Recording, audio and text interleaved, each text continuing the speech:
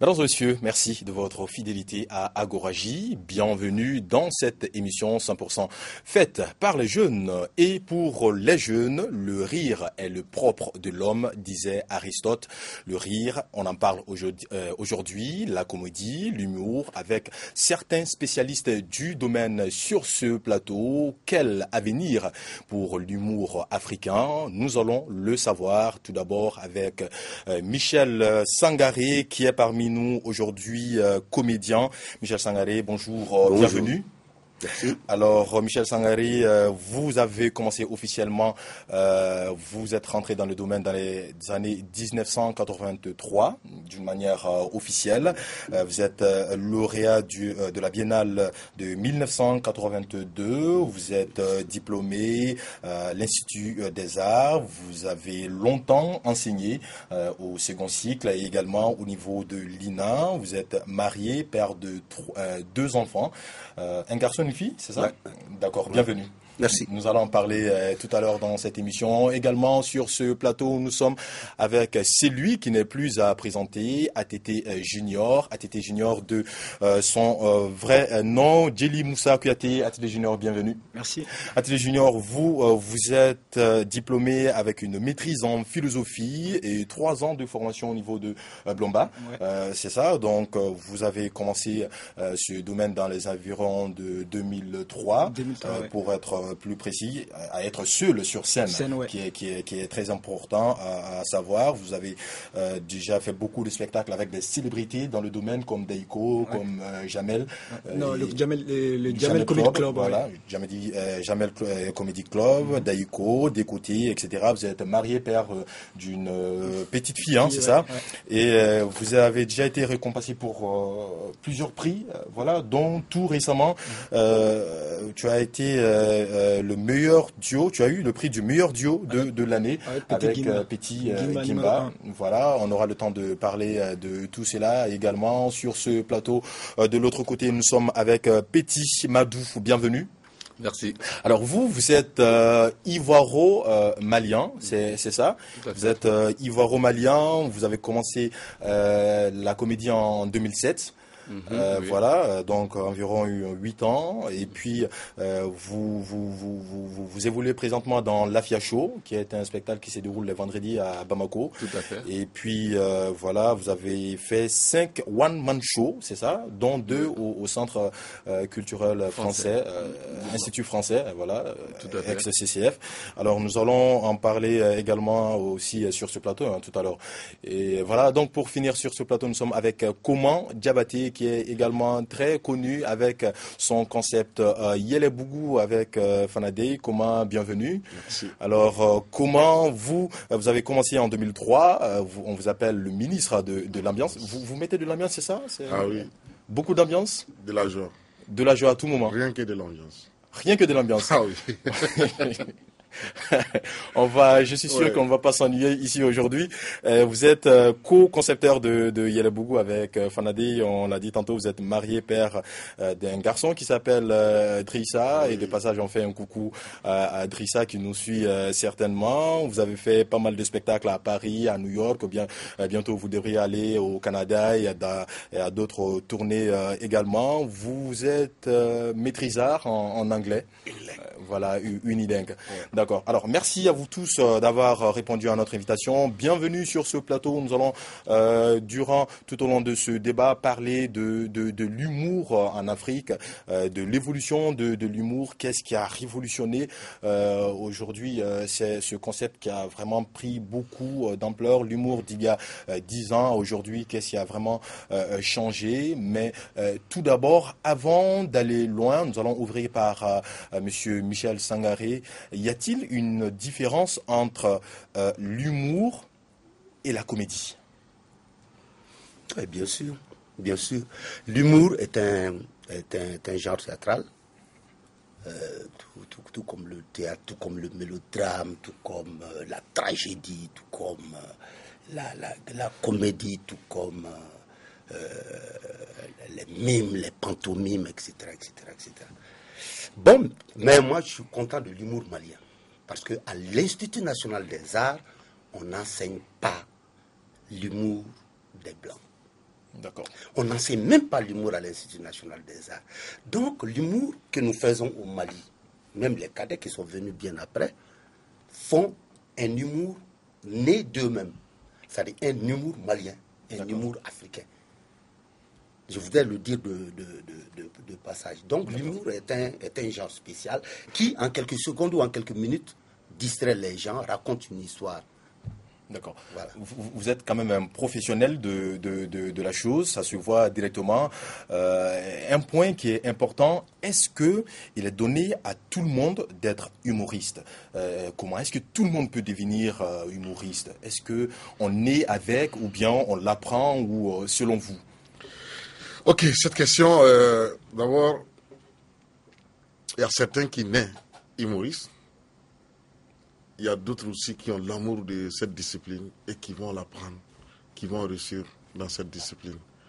Donc, il y a des cas.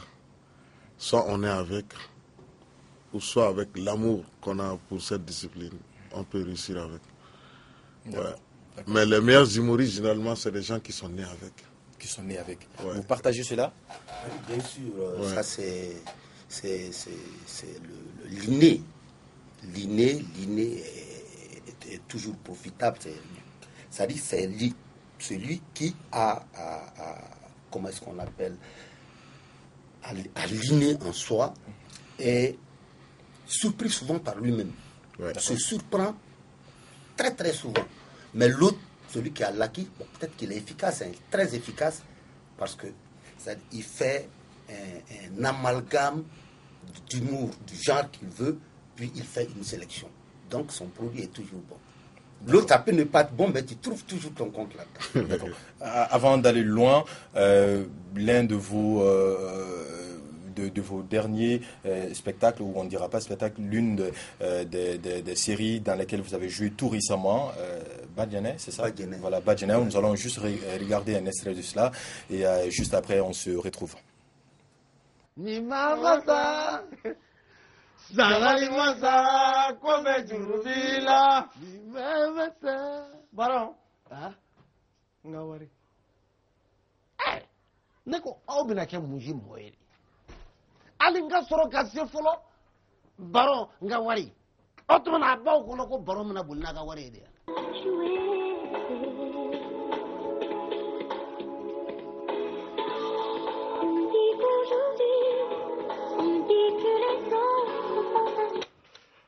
cɛ korean cɛ i t'a lajɛ ka kari kelen di yan sisan de ye nkalon tigɛ baron ne korean ka gulɔ feere i to y'i ɲɛna fo ka diɲɛ wuli n ka f'i ye dɔ farala chambre d'a kan a kɛra 600 de ye sisan 600 3000 francs ne ko mun fa de bɛna wulawula wa y'a ye o ye dɔ farala chambre sɔngɔ kan don o don yɔrɔnin de bɛ kɛ ka nagasi ka taa fɛ mais hɔn cɛ ni minɛ bon can k'o bila sa tu sais ne bi Badjane dɔn a mɛnna est-ce que i b'a dɔn Badjane ninnu ye muso faso minnu ye u tɛ kɔrɔn cɛ kirikiw de don quoi et puis surtout warinin b'a kun sisan. Alors, retour sur ce plateau. Quand je vous vois sourire là, quand vous vous regardez, ça vous arrive d'être surpris par tout ce que vous faites? Parfois oui, mais en fait, la comédie, c'est une composition. Et quand tu as un rôle, tu fais une analyse dramatique, puis une analyse psychologique du personnage à interpréter. Donc quand tu as tous les contours du personnage, tu commences à composer le personnage. Donc tu connais les différents traits du personnage. Souvent tu te dis, je savais qu'il allait dire ça. Toi-même, tu ne peux pas faire autrement. Ça, tu as le personnage en main. Je me rappelle mon metteur en scène, Ousmane Sow, j'en profite pour lui dire bonjour, qui dit, bon, moi j'ai écrit comme ça, Amraya, quoi. Ça dit, importe un peu de toi, mais amusez-vous avec le personnage. Ah là, c'est bon pour un comédien. Ouais. Tu te laisses aller, tu essaies d'atteindre toutes les dimensions du personnage. Et c'est maintenant le metteur en scène qui dit, ouais, ça va. Tu m'enlèves ça. La jeunesse qui est là est émerveillée par tout ce que vous dites là. ATT Junior, vous avez un autre concept. Vous avez développé une autre chose de l'humour. On ne sait pas comment l'appeler. Quand vous regardez Michel Sangari, que voyez-vous en lui? D'abord, je vois, je peux l'appeler mon père ainsi, parce que en lui, je vois d'abord l'icône. Je vois le Mastro et ce qu'ils ont fait, nous on peut que faire apporter un plus, ajouter ce qu'ils ont déjà fait. Nous on suit un chemin qu'ils ont déjà tracé et surtout nous c'est l'art urbain, tu vois, l'art de la rue que les Américains appellent le stand-up, c'est-à-dire à moderniser un peu dans l'actualité. Parce que les aînés, moi je disais, c'est le côté bas en fait, c'est plus réincarner des personnages. Mais dans le stand-up que nous on a amélioré aujourd'hui, c'est ce jeune qui monte sur scène, au lieu de jouer à 5 ou 6 personnes, c'est une seule personne qui arrive à ramasser un peu de tous ces gens-là en lui seul.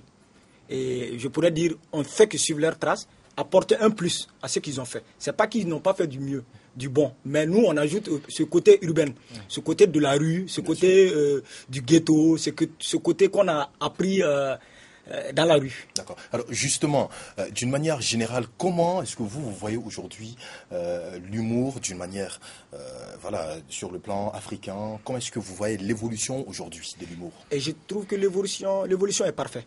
Ça commence à aller, ça s'accélère par rapport à 5 ans ou 6 ans de cela.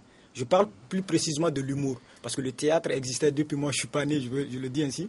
Mais l'humour aujourd'hui, ça s'accélère, même au Mali ici, ainsi qu'en Afrique.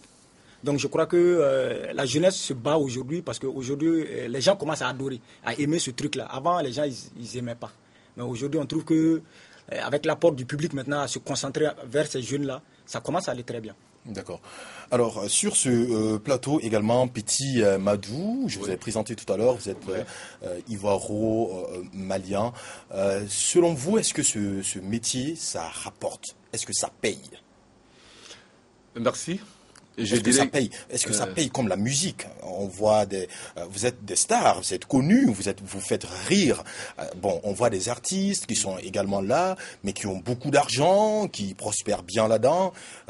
Vous faites presque la même chose qu'eux, pour ne pas dire plus. Mais est-ce que ça rapporte comme cet autre métier-là? Ok, merci. Je dirais que ce métier, ça rapporte. Ça rapporte, mais ça va dépendre de ton planning de travail. Savoir comment est-ce que tu joues, où est-ce que tu dois jouer, comment tu fais valoriser.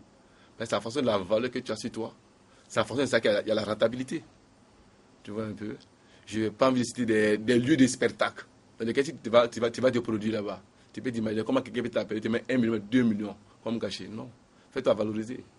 Donc, on peut vivre de ce métier, mais il faut savoir ce que tu veux. D'accord. Alors, vous quand même vous faites valoriser de ce métier. Hein. On va voir tout de suite un extrait de votre spectacle One Man Show au Centre culturel français. Le titre, c'était le porte-parole africain. D'accord. Voilà. D'accord. Alors, on jette un coup d'œil sur ça et juste après, on se retrouve. Il fallait que je mange un peu. Mais manger en Europe et manger en Afrique, c'est très différent. Ah ouais, c'est très très différent, comme le fil de la nuit. Prenons l'exemple du Mali. Quand tu veux manger au Mali, comment tu fais? Tu approches la vendeuse. Kaïda. Mimalede. Mimalede, tu l'aime là. Il a choro la main, il a l'âme pour la ça, c'est la façon malienne. Ah, la façon, c'est comment? Une démarche rapide. C'est comme ça. Mais après, c'est comment? Il y a un autre qui dit rampant. Dans ma demande, il est bon. Il soignant. Ça, c'est la façon ivoirienne. Mais la façon la plus étrange, ça, c'est la façon guinéenne. Ah ouais, ah oui. Parce que là, ça demande une concentration. Tu piques la vendeuse.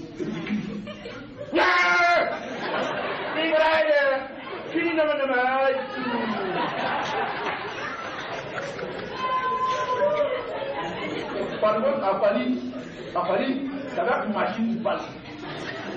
De la manière, il n'y a pas l'air comme ça là. Tu passes dans la machine qui mange. Voilà, retour sur ce plateau.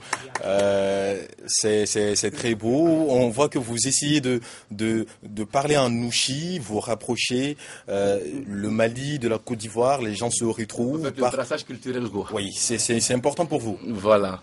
Parce qu'en fait, le titre même de la pièce le dit, le porte-parole africain. Il faudrait que tous les Africains puissent se retrouver dans la pièce. Donc, comme moi, souvent je le dis, moi, mon concept à moi, c'est le Fato Chikan. C'est un fou qui dénonce un cri de cœur. Voilà pourquoi mon premier one-man show à l'espace, vous, le titre était Fato Chikan, ou un fou qui dénonce un cri de cœur. C'est-à-dire, moi, mon concept à moi, c'est de faire rire, mais en véhiculant des messages de sensibilisation et de paix, d'amour. D'accord. Voilà, c'est un peu cela. Alors, oui, allez-y. C'est pourquoi j'ai ri tout de suite. Ton texte, je ne l'entendais pas bien. J'ai ri de ta position. Tu sais, je connais bien ça je ne l'ai pas dit de passage, je connais très bien les trois humoristes pour avoir un bon bout de temps travaillé avec eux. J'étais le directeur artistique de Yelebou. D'accord. Ça c'est un détail que je n'avais pas dit. Et même notre formateur aussi au Bloma. Ah oui, à Bloma.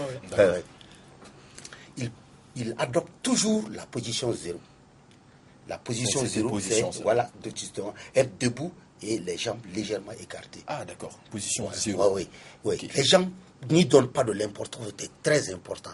Ça donne un sens au personnage, l'attitude. Hein?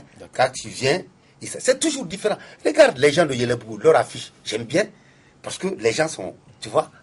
Ça a du style. Oui, mais ça fait rire, mais là, c'est des images, on ne les entend pas. Ouais. Pourtant, ça fait rigoler les gens. Ça, c'est les ça communique, en fait. Quand les enfants, les jeunes, ils viennent à l'INA, tu dis, tu ne sais pas marcher. Tu dis, non, comment j'ai fait le secours, j'ai fait le dev, comment tu peux dire, je sais pas, marche, tu donnes 2-3 exercices, tu vois, tu ne sais pas marcher.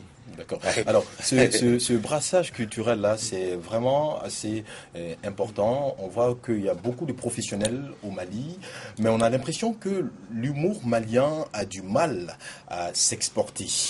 On voit, par exemple, souvent les humoristes étrangers qui viennent ici au Mali, on voit les Décotés, on voit les Ramatoulaye, on voit les Souké Siriki, les Moussa de la Guinée, qui font de grands spectacles un peu partout à travers le monde, qui s'exportent mieux. Les autres viennent même remplir les palais ici, mais notre humour, l'humour malien ici, a du mal à s'exporter. Qu'en pensez-vous, comment ? Ok, je m'attendais à cette question. Ok, je pense que ces problèmes, présentement, nous, on est en train de chercher une solution à ça. La solution, c'est le souci de la langue. D'accord. Ouais, c'est le souci de la langue parce que c'est vrai que l'humour a commencé au Mali avec les jeunes il n'y a pas longtemps. Parce que les pères fondateurs de l'humour n'étaient pas nombreux. À part Michel, Aguib, Guima National et quelques-uns. Il n'y avait pas d'autres humoristes. Nous, on ne connaît pas. Voilà. Donc, c'est avec cette révolution de la jeunesse, sur le plan humour, que nous avons commencé. Donc, des gens comme Atété, Petit Madou, et nous, donc, nous avons essayé de révolutionner l'humour au Mali. Mais en même temps, le gros souci maintenant, c'est d'exporter ce métier-là. Et qu'est-ce qu'on a constaté ? Il y a un problème de langue. Parce que Bambara est limité. Ouais. Peut-être quelque part au Burkina, quelque part en Guinée-Conakry, quelque part à Abidjan. Mais après ça, ça devient vraiment un gros souci. Or, c'est beaucoup plus facile au Mali ici de communiquer en Bambara, faire des spectacles en Bambara. Pour et le gros souci aussi est que généralement, tu verras que les meilleurs humoristes qui sont là sont des illettrés. D'accord. De la jeunesse. Okay. C'est des gens, même s'ils sont allés à l'école, ils ne sont pas allés très loin. Donc, ils ont même des soucis de s'exprimer. D'accord. Donc, il y a une question d'éducation. Voilà, donc c'est l'handicap fort qui est là.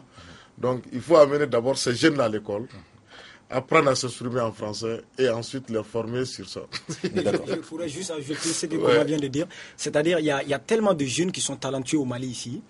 Ils ont un savoir-faire dans la langue nationale que dans la langue de Molière. C'est-à-dire, tu vas prendre des humoristes ici, les amener à l'extérieur. Et ce que tu attends d'eux, tu ne l'as pas. Mais au fond, quand ils vont le faire dans la langue nationale, ils ont une potentialité qui est super importante. Une richesse qu'ils n'arrivent pas à l'exporter en français. Mais je crois que, comme Komal a si bien dit, il y a la solution qui arrive. Les jeunes sont en train de lire aujourd'hui beaucoup. On est en train même d'interpréter des romans.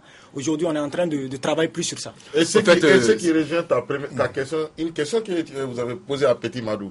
Est-ce que au Mali, les humoristes arrivent vraiment à s'enrichir avec ça ou bien vivre dans une condition normale? C'est toujours ce problème d'exportation de l'humour. Au Mali, franchement, on a un gros souci avec l'autorité parce que que tu sois humoriste, comédien, il y a moins de considération